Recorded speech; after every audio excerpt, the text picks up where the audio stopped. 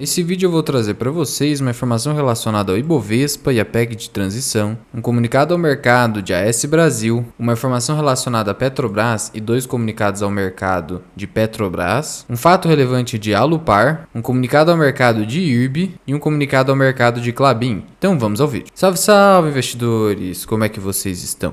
Sempre lembrando que antes de continuar, você clica no botãozinho vermelho de inscrever-se para ajudar esse canal, tá bom? Começando aqui com a Ibovespa, na presente data, dia 6 de dezembro, houve uma leve alta no Ibovespa, de 0,72%. A maioria das principais ações, as mais líquidas ali, tiveram uma leve alta. Vale teve uma alta de 1,45% e Petrobras 0,08%. Não houve tanto volume no Ibovespa e essa alta veio com a aprovação pela CCJ, Comissão de Constituição e Justiça do Senado, do texto base da PEC de transição, com uma expansão ali de 145 bilhões de reais acima do teto de gastos da União. Isso veio abaixo das expectativas negativas do mercado, que era de algo próximo de 200 bilhões, trazendo aí 2 anos de Bolsa Família, que é esse valor aqui de 145 bi. Então houve uma alteração mais condizente com a responsabilidade fiscal nesse texto base. Ainda é apenas aprovação pela Comissão de Constituição e Justiça, pode haver diversas emendas ainda na aprovação no plenário, mas enfim, isso aqui acabou agradando um pouquinho o mercado, por isso que ele acabou subindo um pouquinho. E aí nesse cenário, dentro da nossa carteira aqui do BTG Pactual, que inclusive aqui tem gráfico de cotações grátis aqui dentro do BTG, se você quiser um atendimento mais personalizado, eu deixo aqui o link na descrição. Se for membro do canal, você ganha corretagem grátis. Tivemos Banco do Brasil com uma alta de 1%. Está negociado ali a 35 e alguma coisa, compro só abaixo dos 35. Banrisul vem caindo bastante, negociado abaixo do meu preço médio de R$10. Alupar está ali próxima do meu preço médio. É uma empresa que não está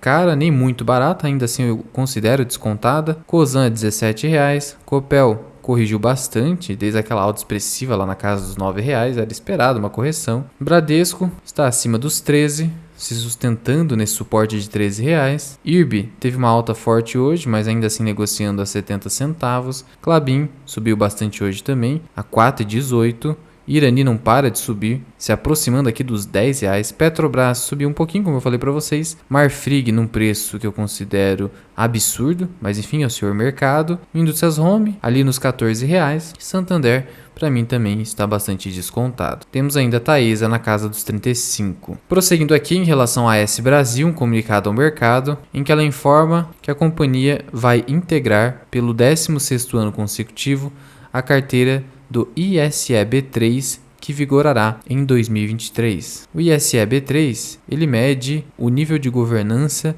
corporativa e sustentabilidade de empresas listadas na bolsa. E como a SB3 atualmente tem modificado a sua matriz energética, não dependendo mais tanto, principalmente a partir de 2024, do recurso hídrico, isso vem só a reforçar aí a sua preocupação tanto com a maximização do valor ao acionista, quanto a preocupação com governança e meio ambiente. Prosseguindo aqui, em relação à Petrobras, ela anunciou redução de 8% no preço do diesel e de 6% da gasolina a partir da quarta-feira. O preço médio de venda aí do diesel passará de R$ 4,89 para R$ 4,49 o litro, já a gasolina cairá de R$ 3,28 para R$ 3,08 o litro. Tem uma redução aí substancial. A Petrobras ainda anunciou aqui, via comunicado ao mercado, a saída do seu CEO, Caio Paz de Andrade, já que ele fará parte do governo do estado de São Paulo, do Tarcísio de Freitas. Esse aqui então é o comunicado ao mercado que foi publicado. Aqui consta que, pelo menos pelas próximas semanas, o CEO continuará na Petrobras e que provavelmente ele vai assumir a partir do ano que vem o governo do estado de São Paulo. Ainda não sabemos qual será o cargo da área econômica que ele ocupará, mas certamente será da área econômica ali na Secretaria de Fazenda. Ainda, a Petrobras publicou outro comunicado ao mercado em que ela responde aqui um ofício da CVM em razão de uma notícia veiculada no dia 1º de dezembro no portal de notícias JP News,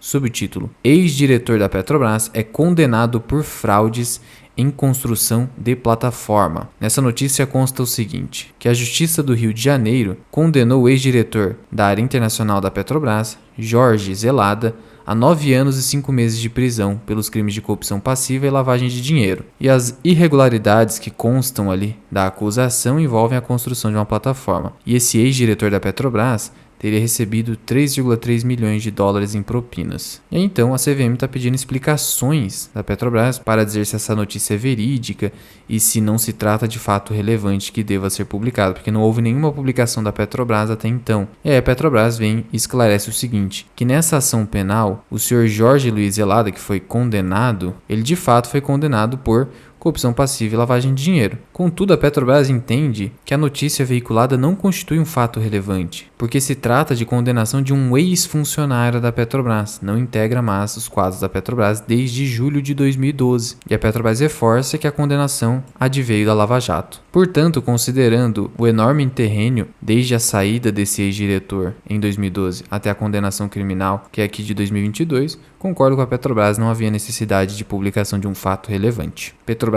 esta que chegou num preço que eu considero muito interessante. Meu preço médio hoje em Petrobras, que eu acabei aumentando posição para 500 ações, é de R$ 25,83. Estou aqui no 0 a 0, mas é óbvio que eu não estou no 0 a 0. Aqui não considero os dividendos que eu estou recebendo, e eu já recebi muito dividendo de Petrobras, que ainda negocia abaixo do valor contábil. Então, abaixo do valor contábil, eu particularmente acabo comprando Petrobras, porque aí seu risco é exatamente zero no momento. Não fique olhando para esse dividend yield, vai cair para 10, 15%. Então esteja ciente disso antes de investir em Petrobras. É uma empresa da carteira de oportunidades. Você não pode pensar em Petrobras como uma empresa de dividendos, afinal os dividendos de Petrobras são bastante voláteis e os atuais são nada recorrentes. Então, embora esteja barata e seja uma das empresas mais baratas do mundo, tenha cautela. Se você quiser se posicionar em Petrobras, aporte aos poucos, de preferência abaixo do valor contábil, ou seja, até que a relação preço-valor patrimonial não ultrapasse o resultado 1. Prosseguindo aqui em relação à Alupar, ela publicou um fato relevante, comunicando que, em Assembleia Geral Extraordinária, realizada nesta data, foi aprovado que a alteração do percentual do lucro líquido a ser pago a título de dividendos, caindo de 50% para 25%. É a nova política de dividendos da Alupar, que define aí um payout mínimo de 25%, mas que seja de no mínimo 50% do lucro líquido regulatório. É que os 25% de lucro líquido do exercício usa como parâmetro para fins de dividendos o padrão IFRS, que se refere às normas internacionais de contabilidade, mas a Alupar garante um mínimo de 50% do lucro líquido regulatório, resultado regulatório que é o que importa mesmo para você analisar o resultado de concessionárias de energia elétrica, como é o caso da Alupar. Sendo que os dividendos serão trimestrais, isso aqui é muito bom. Então, por um lado, deu uma controlada no payout, até porque a empresa é de crescimento. Por outro, definiu aqui um pagamento trimestral de proventos. Não vou seguir comprando a Alupar, vou aguardar para ver como ela vai realmente se posicionar em relação aos acionistas. Por enquanto, eu deixo as minhas ações ali paradinhas em quarentena. Comprei um bom preço na minha visão, mas não vou ficar aportando ainda mais. A posição que eu tenho em Alupar já é bem relevante. Tenho ações ordinárias, 1.500 ações, tenho um ganho aqui de 2,5%, pretendo chegar até 5% da carteira, tenho 3%, mas por enquanto tem outras oportunidades que eu venho aportando, como por exemplo Marfrig, Santander e até mesmo Irani. Agora Irani não dá mais, porque acabou subindo muito mesmo, ficando acima dos R$9, mas enfim, estou com foco bastante hoje em dividendos e a Alupar ainda não é uma excelente pagadora, precisamos aguardar. A qual, contudo, é a mais descontada entre as empresas concessionárias de transmissão de energia elétrica. O PL dela é mais descontado do que Taesa e Transmissão Paulista. Então, partindo desse pressuposto, ela é mais descontada, contudo paga menos dividendos. Então você precisa fazer a sua escolha. Só que é preciso ressaltar, ela paga menos dividendos, mas está pagando dividendos nesse ano, ao contrário da Transmissão Paulista, por exemplo, que está precisando segurar para fazer novos investimentos. Então, mesmo essas empresas pagadoras, há momentos em que elas precisam dar uma segurada na distribuição para fazer novos investimentos, a fim de assegurar sua perenidade e aí sim elas poderem voltar a pagar bons dividendos. Continuando aqui em relação ao IRB, ele publicou um comunicado ao mercado informando que a S&P, que é uma agência de classificação de riscos, assim como a Moody's, publicou um relatório nesta data, dia 6 de dezembro, rebaixando o rating da companhia, ou seja, o risco de crédito dela, de BR 3As para BR 2As+, na escala nacional, com perspectiva negativa, ou seja, de rebaixamento. Segundo a agência, a reclassificação reflete os resultados negativos dos 2 últimos trimestres, prejuízos devidos à seca, que aumentou o sinistro, e também aos efeitos do coronavírus. E a gente sabe que é raro ocorrer rebaixamento de rating, é só quando realmente uma empresa não está indo nada bem. Por isso, o IRB tem sofrido grande queda, tem sofrido aproveitamento de especuladores para ganhar com a queda, mas o fato é que a empresa ainda não demonstrou nenhum sinal de recuperação. E aí, por isso, agora sofre até mesmo com piora nas classificações de crédito. Isso é horrível por quê? Porque isso dificulta o IRB a realizar novas captações, e a gente viu que o IRB tem a necessidade de realizar captações até que consiga adequar a sua estrutura de capital. Então é importante que o IRB comece a apresentar melhor nos seus resultados, do contrário, ele terá dificuldade de realizar novas captações com esses ratings aí baixos, de tal modo que com esses ratings baixos, para realizar novas captações, o IRB vai ter que remunerar ainda mais os seus debenturistas, e aí fica mais caro ainda o crédito, aumentando ainda mais a dívida do IRB. Então fica bem difícil. Que está negociando ali a 69 centavos, negociado aqui a 40% do seu valor patrimonial, está com desconto enorme. Nesses últimos 12 meses caindo 84%. Quem achava que aquela queda de 80% de fevereiro de 2020 até o final do ano foi muita, saiba que sempre pode haver queda de 80% até chegar a 1 centavo. Por isso, fico até de fora do IRB. Eu vendi minha pequena posição de 1000 ações para comprar Bradesco, que acabou tendo a sua cotação muito pressionada e o risco é muito, mas muito inferior ao do IRB. Prosseguindo aqui em relação à Klabin, ela aprovou um novo investimento de 183 milhões de reais. Então ela publicou esse comunicado ao mercado, informando um investimento complementar ao seu grande projeto Puma II em Ortigueira para a produção de papel cartão branco, com capacidade aí de produzir 460 mil toneladas anuais. A Klabin é uma gigante. Investimento, como eu falei para vocês, de 183 milhões de reais, com desembolso de 77 milhões de reais em 2023 e o restante em 2024, incluindo cerca de 23 milhões de reais em impostos recuperáveis. Com esse projeto, a Klabin entrará no maior segmento de cartões, os cartões brancos de fibras virgens, que representam um mercado endereçável estimado em mais de 20 bilhões de dólares e com alta taxa de crescimento esperada para os próximos anos. O mercado de papel, cartão, papelão ondulado está muito forte, principalmente para os próximos anos. Então, Klabin e Irani tendem a se beneficiarem dos próximos anos. Por isso as mantenho na minha carteira. Não é nenhuma recomendação. Sem falar que isso aqui amplia o portfólio da Klabin,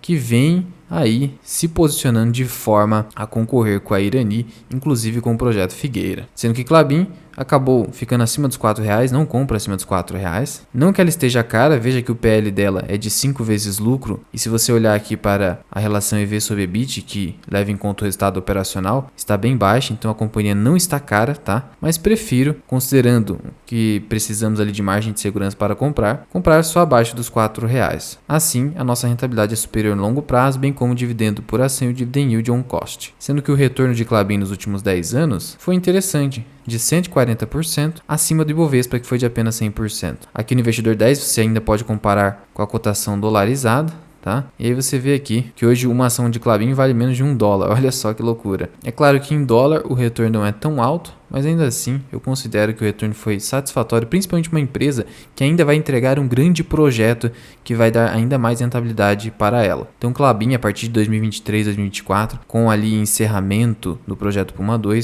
eu espero um forte resultado para a companhia. Primeiro, a companhia gasta, tem muita despesa de capital, depois ela começa a ter o retorno sobre o seu investimento. E a Klabin historicamente se mostrou como uma excelente alocadora de capital, por isso mantenho tranquilamente na minha carteira. E se você quiser se aprofundar ainda mais sobre investimentos, considere se tornar membro do canal associado Mirai. Você tem aulas exclusivas, como por exemplo esta aqui, a última aula publicada sobre margem financeira e margem líquida, já é a 6ª aula da série Indicadores. Trago também lives exclusivas para os membros, onde você pode tirar ali as suas dúvidas. Tem sorteio para os membros de uma caneca do Mirai uma vez ao mês, e também tem a série do 0 aos 100 mil, onde eu mostro como montar do zero uma carteira de dividendos. Mas já vai deixando aqui nos comentários o que você achou desse novo investimento de Klabin. Você tem ela na sua carteira? E em relação ao IRB, você acredita que ele vai conseguir recuperar esse rating aqui negativo? Muito obrigado por ter ficado comigo até aqui. Eu sou o Luan, esse aqui é o canal Mirai Investing. Até o próximo vídeo. Fui!